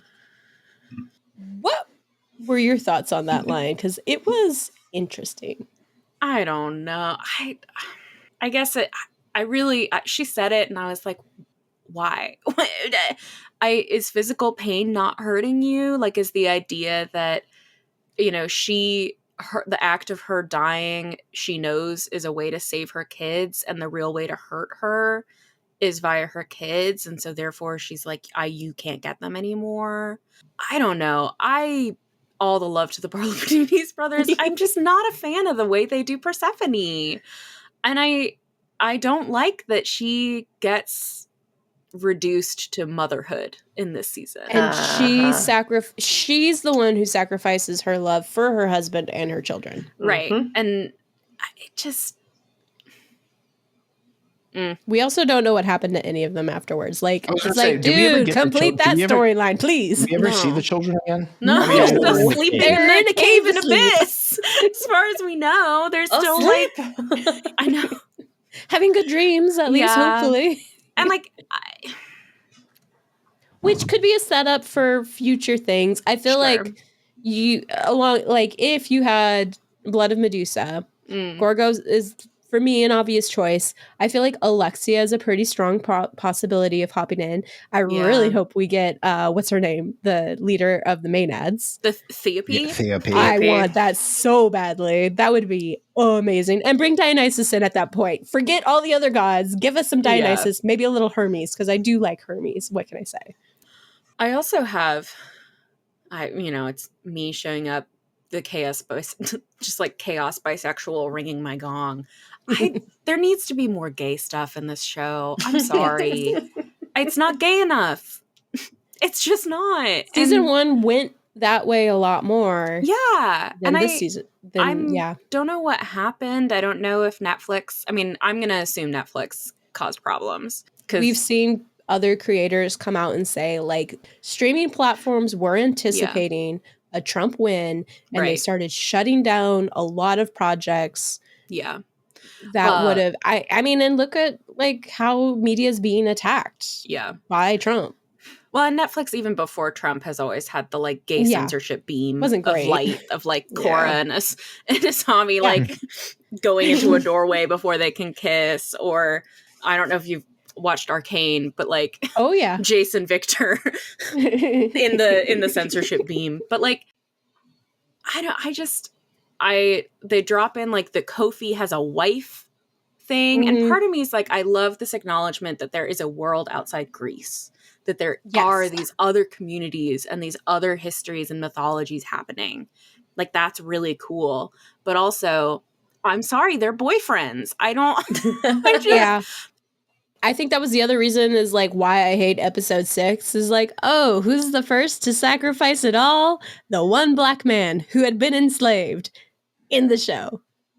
Neat. And he does it not because he's like, I'm trying to save my friends, or he is saving his friends, but he's like, no, I'm ready to see my wife again. Yeah, it's like Evios is right there. Yeah, your wife is here in the room. Like the other thing I like is because he has a different belief system. We don't see him in the underworld. We don't see him tied to that in any way. I really like the idea that your belief in what is the next thing, it becomes kind of realized. Yes. I like that as a afterlife thought sort of a thing. So he's not there because that's not his pantheon. That's not his gods. Which makes Kofi such an interesting character because like he has no skin in this game. Right. Yeah. Like why is he even a vague there? sense of obligation and like debt that he feels towards, I guess, Evios. Right. Well, I'm going to convince everyone they should kiss. Yeah. I hadn't thought about it being like the main black character sacrificing himself being like the first of their troop to die. Don't love that. I think that's what I'm the most frustrated with this season is because when you had to cut so many things, and I will say also that I feel like the Parlapanides brothers are much more influenced by the media imagining of the ancient world than like ancient sources, which isn't necessarily problematic. Mm-hmm. But like it can be bad, like when Ridley Scott makes Gladiator 2, which is so self-referential and like Roman media. I think the Parlapanides brothers do a lot better job balancing that. And I love seeing these Easter eggs, not just from Greek myth, but from Greek myth media of like Bubo from Clash of the Titans and things like that. I think that's really cool and really smart. But I think because this season was so rushed, it fell into media tropes we're used to seeing and can get frustrated with, because it ends up being the same old. And they have shown in the previous 2 seasons that isn't what they need to do to tell a really good, compelling story. Yeah. I think if I'm remembering correctly from our original conversation with the brothers, we talked a little bit about what it's like being sort of second-gen immigrants in the US and how that has influenced the story. And I would be really curious to hear them talk about that again, because one of the other you get to ask the question, so make sure you remember it, type it down. One of the things that I feel like I picked up on is part of this being like a breaking of cycle of abuse thing, especially with Heron. Like, my dad sucks and my mom is perfect, but that, you know, he's a mama's boy. Or with Seraphim in particular, like this idea that just because horrible things have been done to you doesn't mean that you have to do those to other people, in part because Seraphim fails to do that.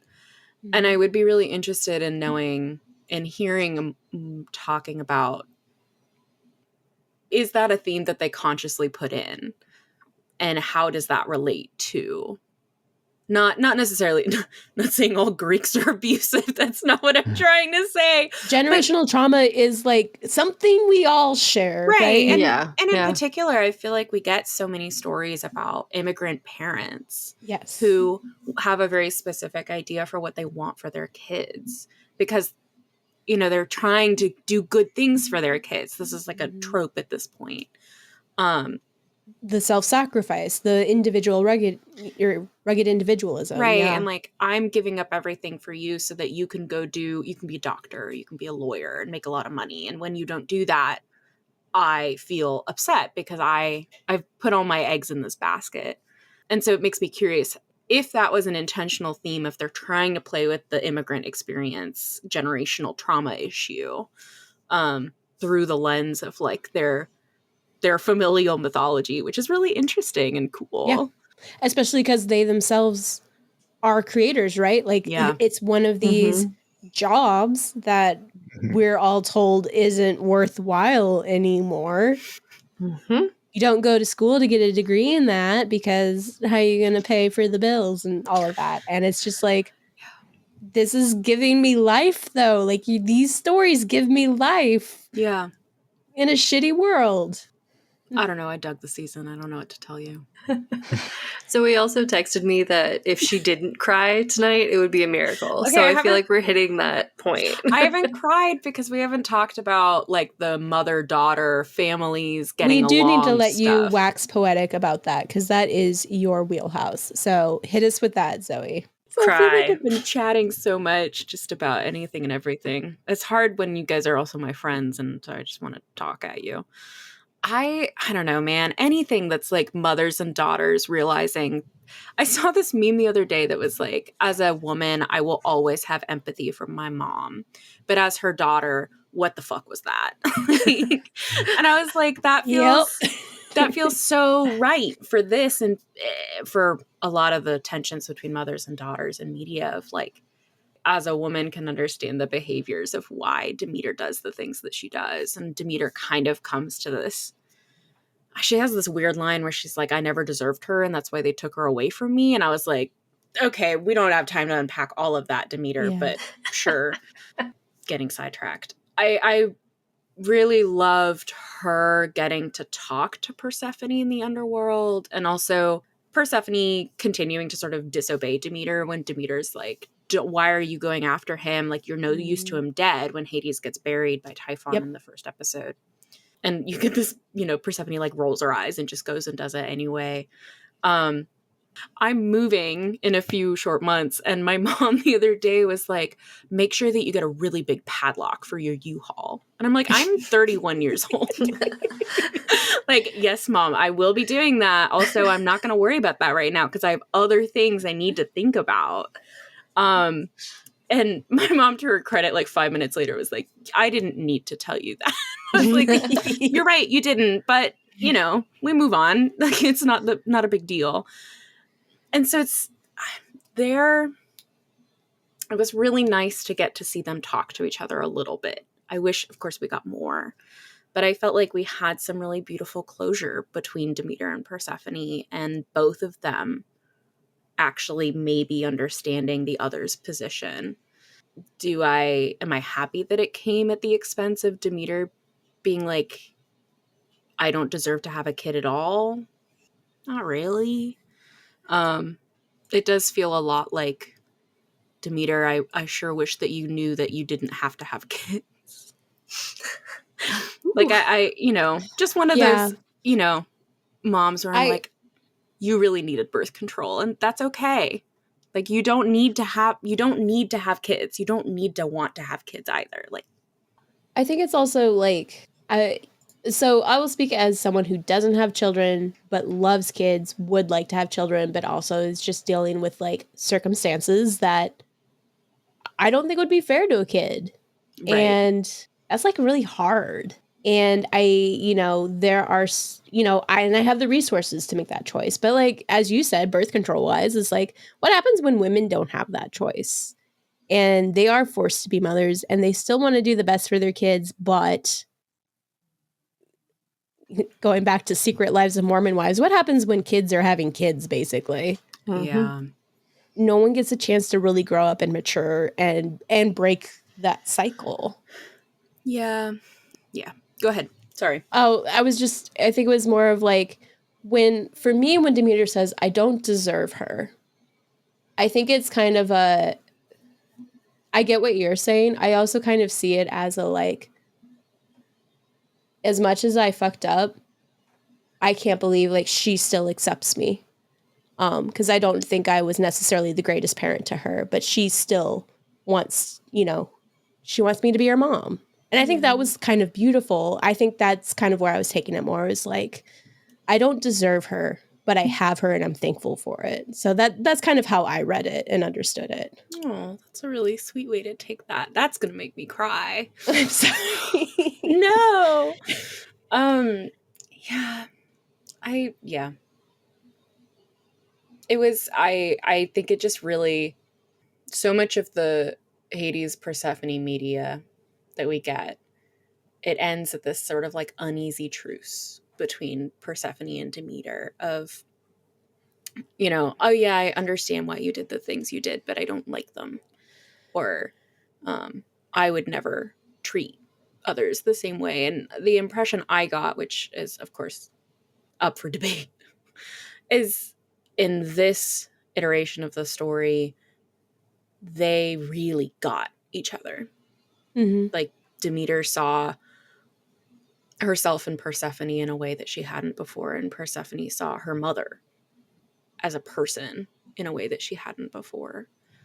And that's coming from like, probably 2 minutes of on-screen relationship time. So I'm maybe just filling in all of my sort of issues onto the media, but I think that's fair. And I think it's a message similar to Medusa that we're constantly grappling with. Like, again, I'm going to say patriarchy, which I'm sure everyone who listens to the show is very tired of me saying. But what I will say is, like, a patriarchy, if you want to feel like you have agency in it, you really have to kind of betray women, including your mothers or daughters.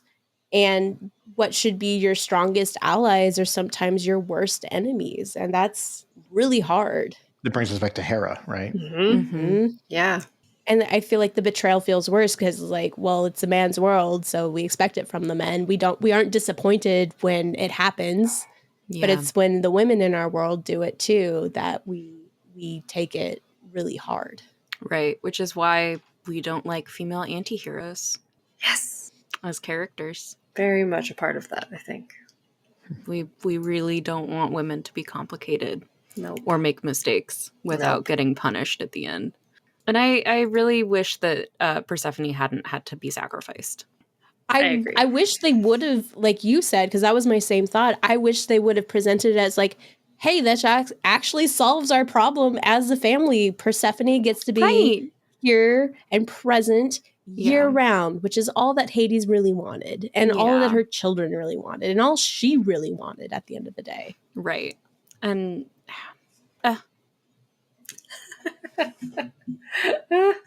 Colin, roll us out. After that, Colin, the women are too emotional. I feel like I'm really throwing Colin under the bus this episode. I know, that's fine. I feel like we've been doing that a lot, Colin, and I'm so sorry. We love you. We're so glad to have you. I don't mind always. it. I'm happy to serve the role that is required. Colin will embrace rugged individualism, and he will take on the sacrifices necessary. Yeah. Yep. Yeah, I mean, I was thinking the show needs a heel, so I'm happy to take on that mantle. But. I'm a hero. I will say, I don't accept that Blood of Zeus is over, in large part because we haven't had a musical episode yet. And I do think that every like ancient reception TV show deserves a musical episode. And they met Jorge. They have a picture together. I'm like, you guys, give us a musical episode. Make it happen. Listen, we like got to that Orpheus and I was like, it's gonna happen. He's gonna sing a song. We're all gonna break into song. It'll be great. Mm-hmm. And they did it on Star Trek, so they did it. Xena Warrior Princess like started the musical episode. Like, hell yeah. Anyway, well, I was gonna say before we wrap on, I know we've been going for a minute, almost for now. 2 hours. Yep, a long time. Yeah. Yeah. But I was going to say, before we wrapped it out, we're on the note of, are there any highlights we want to end on to sort of end on the upswing?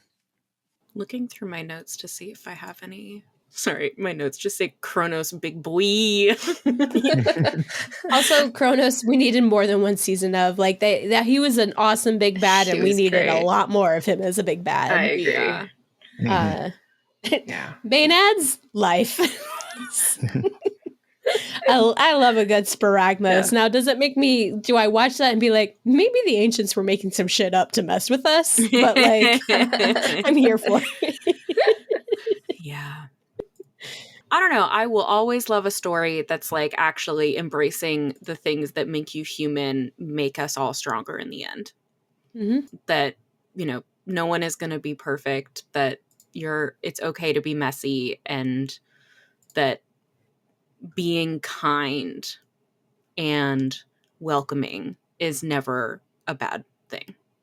Are you saying that we should embrace the world with open arms? Get out. Play the credits right now. I agree with you. Like jail time. Straight to jail. Straight to jail. Sorry. I had to talk about Epic a lot, you guys. I'm sorry. I feel like the meme / scene from Rugrats where Dewey's dad is like cooking eggs, and then the mom comes in and is like, "What are you doing?" It's like 4 a.m. He's making pudding. Like, yes, because I've lost control of my life.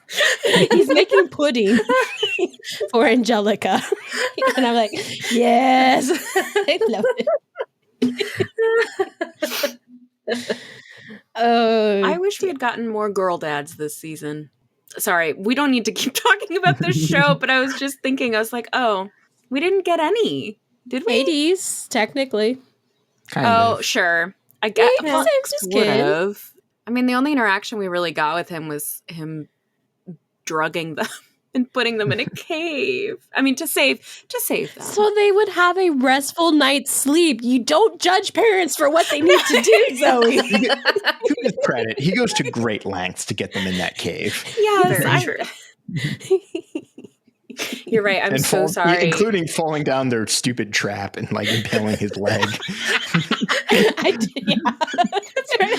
I'm like, the man can zoink himself places and he falls into a He showed hunter's trap. considerable restraint where if I fell into my child's like bear trap pit and impaled my leg on it, I would be a lot less chill about it. What were they hunting? Also, who let the 10-year-olds go hunting together by themselves? The Spartans, Zoe. Children need to go out into the woods with bows and arrows. This is our hot take. It's a parenting podcast maybe now. all of the Caledonian boar and things like Heracles. There was a bull in the underworld. We know that. Sure. It's true. I don't want Wait, my was there one kids in the hunting a underworld? boar. Oh my god. They're immortal. Oh my lord. I don't. We're opening up the Pandora's box of like, what is immortality in this universe? Because it's like, oh, there's like gradations of mortal and immortality, and like, I don't even want to go down that.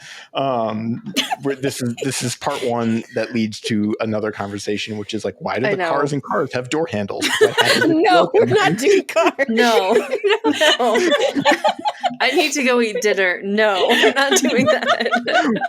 We can talk about how there's a JFK car. Yes. There's a Pope car. There is a Pope car. That's canon, Eli. I know, but I hate it. I need a screenshot which implies car Catholicism, which implies a car Jesus was crucified by car Romans.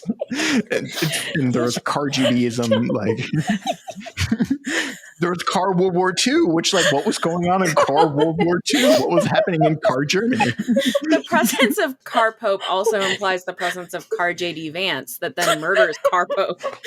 Right? Is history just repeating itself in some way? Are they in some mirror universe? I got a screenshot of that reaction, y'all. It's great. Anyways, follow me for more on my hot cars takes. And why We'll start up a Substack on it someday. Why this is a sin against God and man. I also learned today that apparently Osama bin Laden's hard drive had a copy of Cars on it. Nice. For his kids, but like he was alone in a cave with his adult son. Like, why was he watching Cars? Do you think when SEAL Team 6 came in, he just went, ka-chow? Dark. Cut that out. It might have been one of my better jokes, but I can't have it on the air. Holy shit, that was really funny. Oh man.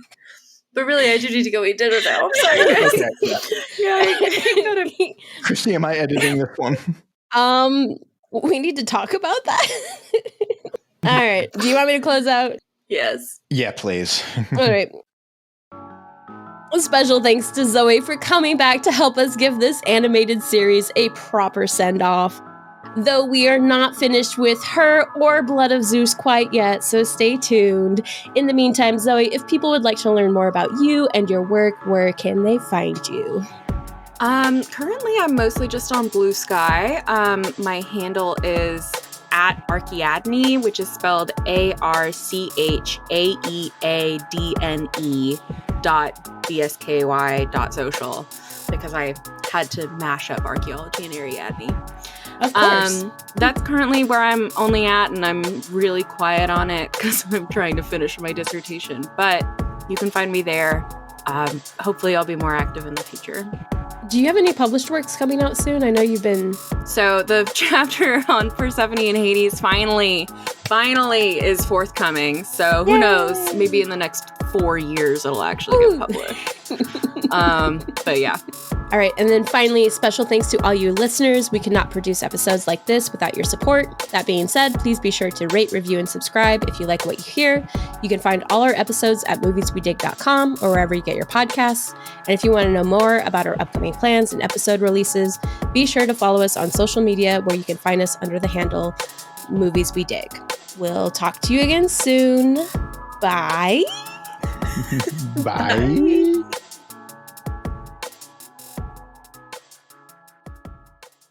This show is produced and edited by your hosts, Colin McCormick and Christy Vogler. Movies We Dig is part of the Memory Collective, a group of creators and educators dedicated to sharing knowledge that is accessible, contextualized, socially conscious, and inclusive. To find more from the Memory Collective, visit collectivemem.com.